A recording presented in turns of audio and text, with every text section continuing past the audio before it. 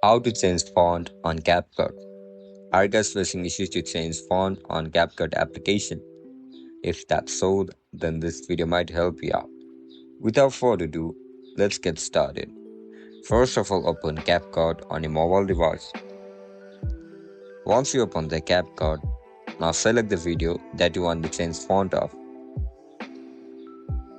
Once you open the project, now click on the text.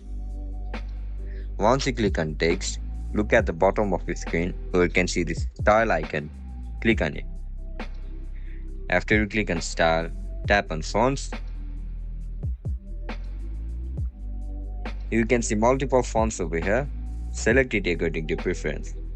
In order to select it, just simply tap on it and click on check mark. That's it guys, that's how you're going to change font on CapCut application. If you guys found this video helpful, don't forget to like, share and subscribe to our channel. And if you guys have any issues regarding CapCut, make sure to comment down below. Bye bye.